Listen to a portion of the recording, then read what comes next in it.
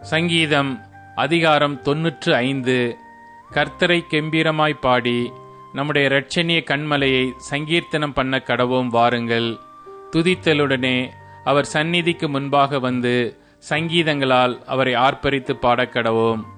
கர்த்தரே மகாதேவனும் எல்லா தேவர்களுக்கும் மகாராஜனுமாயிருக்கிறார். பூமியின் ஆழங்கள் அவர் கையில் இருக்கிறது, பர்வதங்களின் உயரங்களும் அவருடையவைகள்.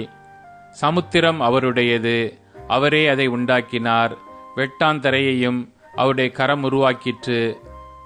நம்மை உண்டாக்கின கர்த்தருக்கு முன்பாக நாம் பணிந்து குனிந்து முழங்காற்படியிடக் கடவோம் வாருங்கள். அவர் நம்முடைய தேவன், நாம் அவர் மேய்ச்சலின் ஜனங்களும் அவர் கைக்குள்ளான ஆடுகளுமாமே. இன்று அவருடைய சத்தத்தை கேட்பீர்களாகில், வனாந்தரத்தில் கோபம் மூட்டின போதும் சோதனை நாளிலும் நடந்தது போல உங்கள் இருதயத்தை கடினப்படுத்தாதேயுங்கள். அங்கே உங்கள் பிதாக்கள் என்னை சோதித்து என்னை பரீட்சை பார்த்து என் கிரியையையும் கண்டார்கள்.